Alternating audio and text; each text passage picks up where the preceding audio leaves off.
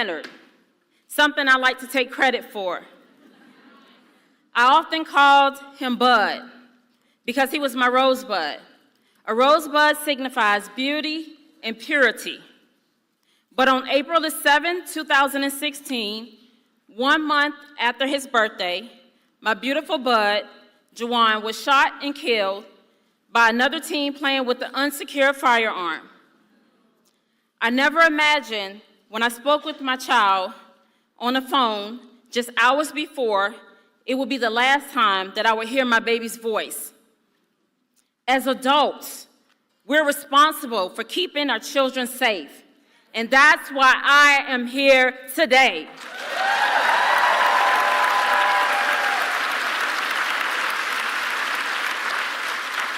No parent should ever have to get the phone call that their child has been shot and killed.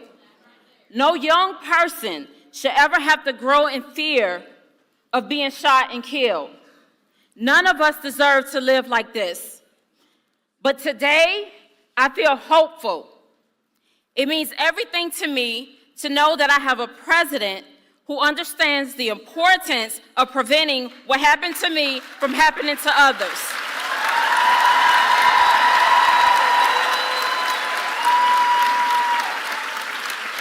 His leadership on gun safety honors Juwan and the countless people who have been taken by senseless gun violence in this country.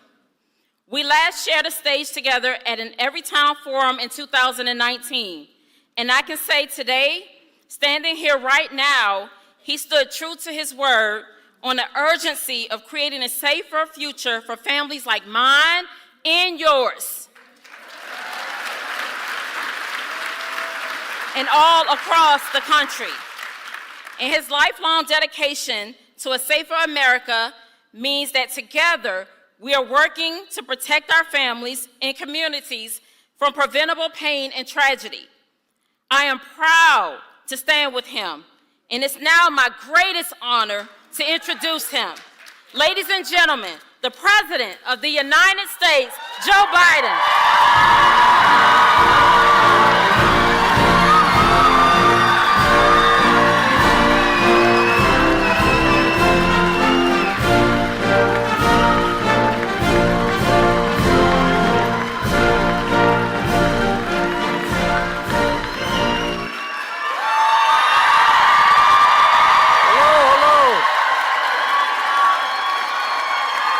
Thank you.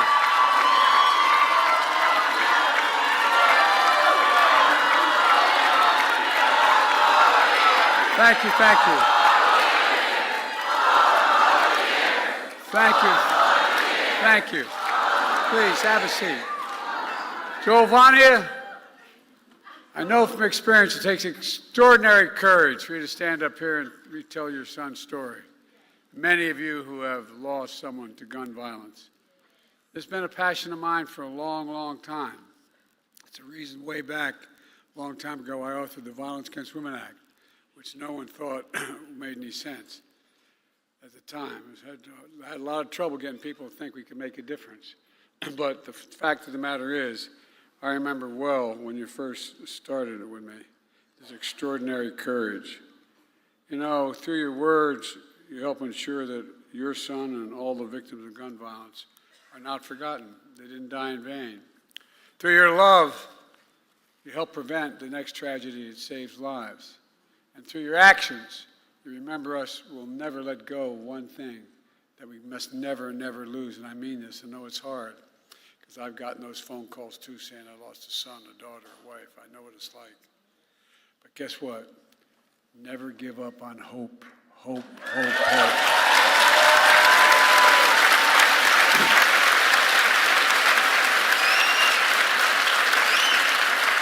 I give you my word, I know what that feels, that black hole when you receive that phone call. It seems like your black hole in your chest, you're being sucked into it. Just showing up here, all the work you've done, takes some courage because it reminds you of the moment you got that phone call. It reminds you, no matter how long it goes. It's hard, but you're making such a difference. The main reason I'm here is to say, and I mean this from the bottom of my heart. That's no, no, no, no, no, no, no, no, no, no, no, no. No, no, no.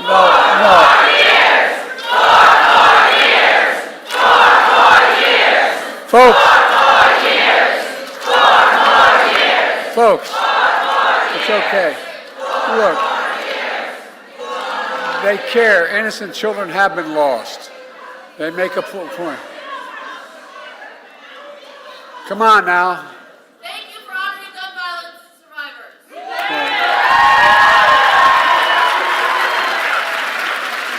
Folks, to Everytown and all the leaders and advocates here today, I want to thank you for the dedication to this vital issue you've shown.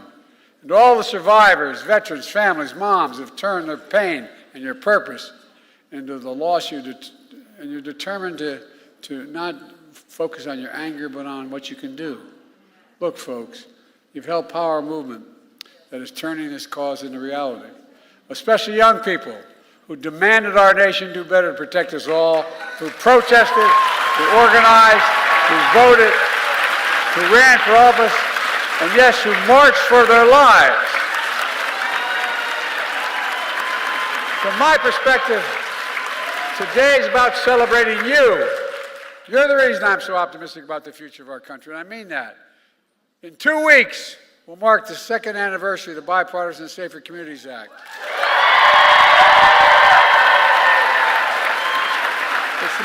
It's the most significant gun legislation in nearly 30 years. We passed it only because you went out and worked like hell to get it done. May have the idea, but you got it made. You made it happen. It was designed to reduce gun violence and save lives, and I'm so proud of the tremendous progress we made since then. You know, the year before I came to the presidency, the murder rate was the highest increase on record. Last year, we saw the largest decrease of murder in history of it. And those rates are continuing to fall faster than ever. Last year, we also saw one of the lowest rates of all violent crime in nearly 50 years.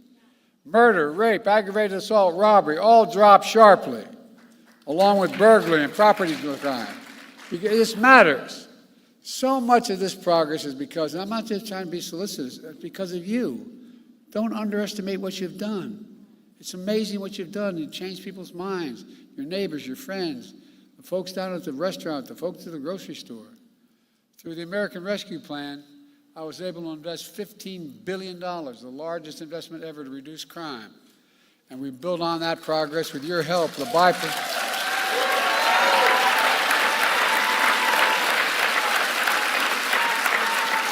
the Bipartisan Safer Communities Act. And here's how.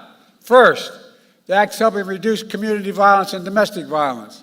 It invests $250 million in violence intervention programs all across the country. People are now, my daughter's a social worker working with violence against women. What people don't realize is these things matter. They change attitudes. We've already funded nearly 80 programs and counting. We also make gun trafficking and straw purchasing a federal crime for the first time, giving prosecutors a legal tool to charge traffickers and hold them accountable for the more severe penalties that are available. Additionally, the law strengthens background checks for anyone under the age of 21 trying to purchase a firearm. And it's about time. There's more we have to do there. It's a big deal. Since the law was passed and implemented, the FBI stopped more than 700 sales of firearms for individuals under the age of 21. And about 20,000 unlicensed firearms dealers are now required to become licensed to run background checks, which will keep guns out of dangerous hands. Second, the Act helps stop mass shootings, provides $750 million to states to implement the crisis interventions, like red flag laws that temporarily remove firearms from those who are endangering themselves and others. It also gives $1.3 billion to thousands of schools across the country to build safer learning environments, including updating safety plans, installing security equipment, hiring mental health professionals and school resource officers.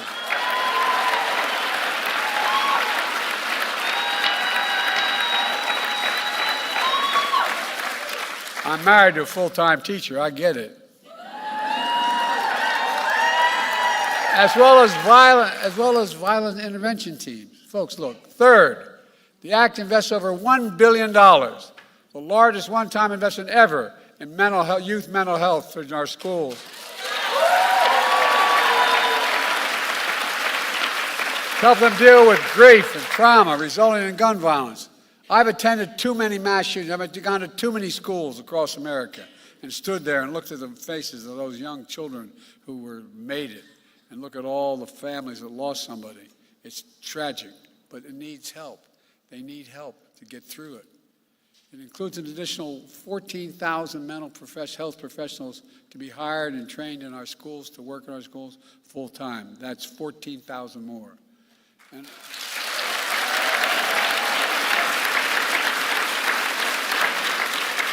And over 170,000 Americans across the country have been trained to identify when someone is having a mental health crisis, connect them to the help they need. By the way, one of the reasons I wrote the latest veterans bill was because more veterans and more active duty personnel are dying of suicide than any combat zone. It matters. And folks, this historic law is already saving lives, but there's still so much more to do to maximize the benefits of the Bipartisan Safer Communities Act. That's why last September, I established the first ever White House Office of Gun Violence Prevention.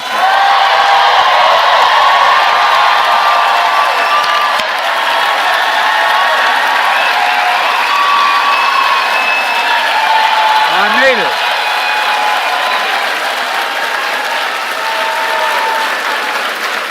We got first-rate professionals there and overseen by my incredible vice president.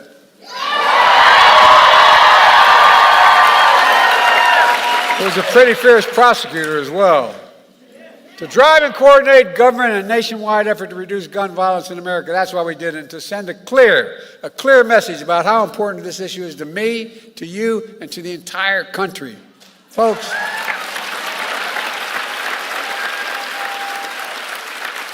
you're changing the nation. You really are. You're changing the nation. It builds upon the dozen of executive actions my administration has taken to reduce gun violence, more than any of my predecessors, and I suspect more than all of them combined. Everything from cracking down on ghost guns, gun trafficking, so much more. Folks, we're not stopping there. It's time, once again, to do what I did when I was a senator. Ban assault weapons.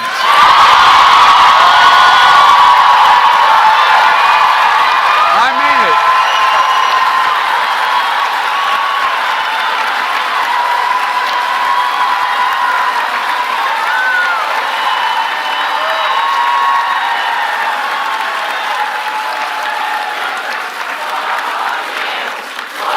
Thank you.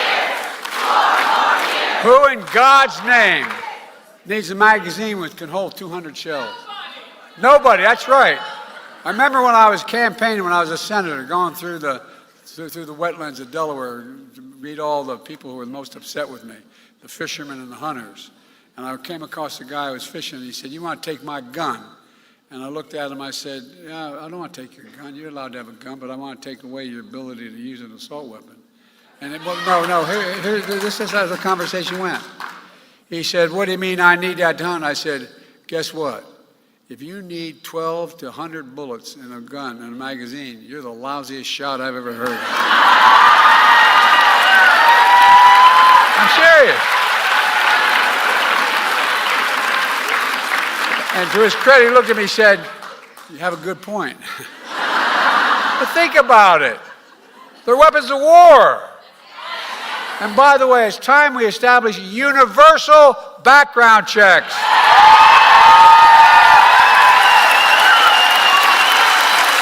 And by the way, and require the safe storage of firearms. We should hold families responsible if they don't provide those locks on those guns. If in fact, because 3 of these major crime scenes I've visited were ones where the mother or father left the stuff out on the desk, left it out on the table, and the kid came and used it. And by the way, this is most important. The only industry in America that has immunity are gun dealers. We got to end it. End it now. No, I mean it.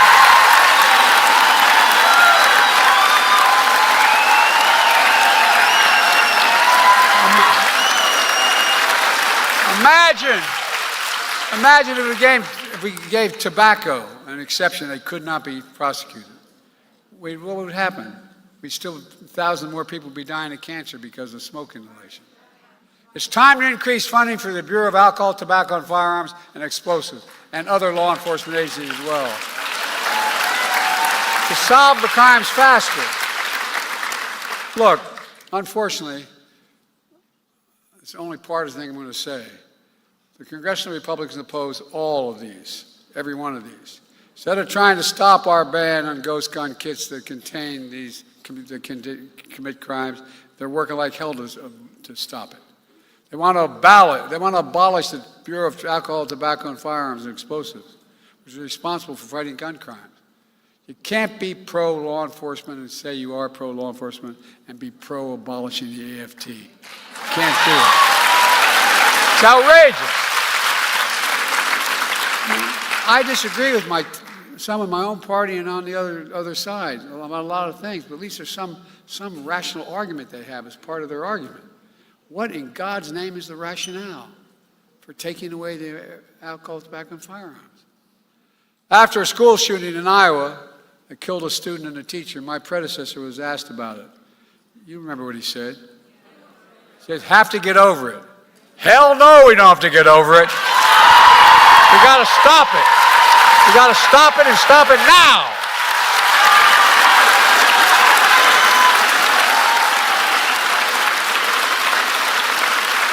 More children are killed in America by guns than cancer and car accidents combined.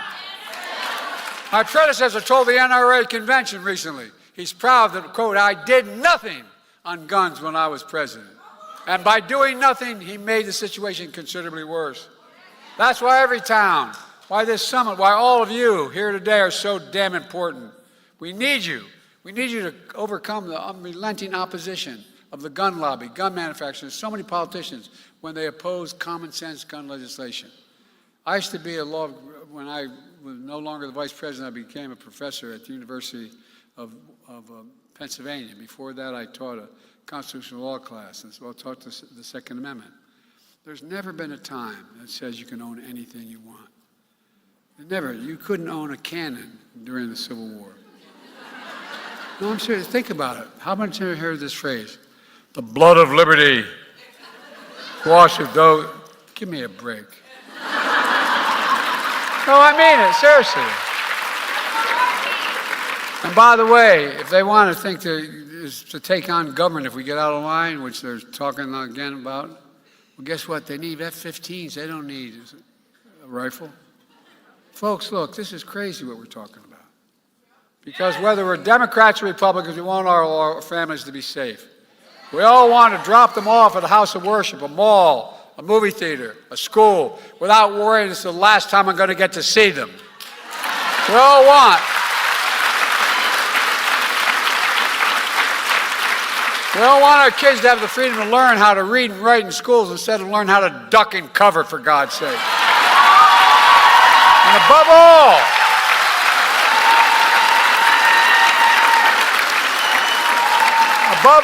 we all agree, we are not finished. Look, no single action can solve the entirety of the gun violence epidemic, but together, our efforts, your efforts, are saving lives. You can help rally a nation with a sense of urgency and seriousness of purpose. You're changing the culture. And we've proven we can do more than just thoughts and prayers. Just more than thoughts and prayers. You're changing politics. You're proving that you're powerful and you're relentless, and I mean that. Let me close with this. I know many people here have been impacted by gun violence and are tired and frustrated. I know. I've been to too many. I've literally spoken with well over 1,000 families at these events that I've attended, mass shootings. And look in their eyes. You can almost could almost feel that black hole they feel in the center of their chest, like they're being sucked in. There's no way out. If they have remaining children, you look at the children and they wonder, Mommy, Daddy, how about me? And I know you may wonder, are we ever going to make full progress that we need to make?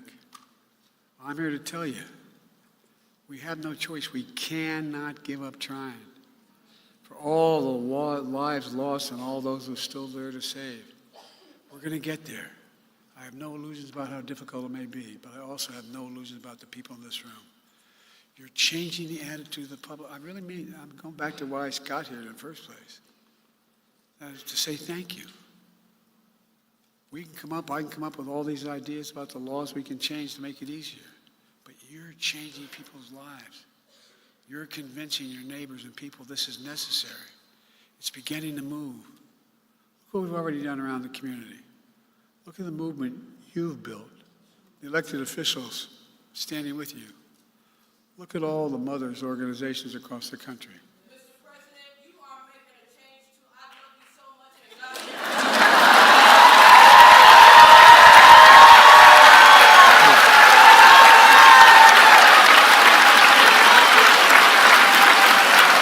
Look, when there's a crisis, half what people affected by a crisis have to know is anybody listening? Do you hear me? Do they hear what we're saying? Listen to the young people who are speaking out. That's the power of the memory of your loved ones. That's the power of this movement.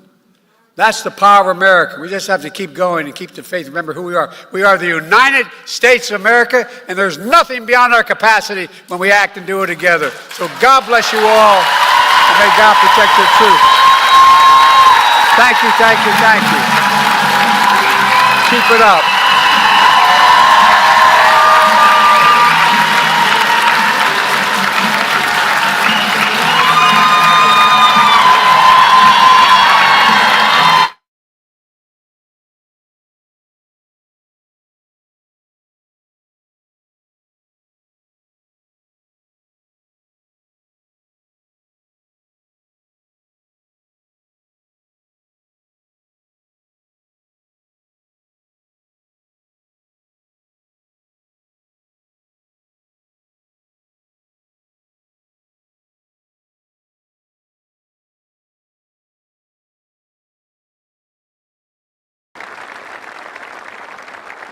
Distinguished guests, the 46th President of the United States of America, Joseph R. Biden, Jr.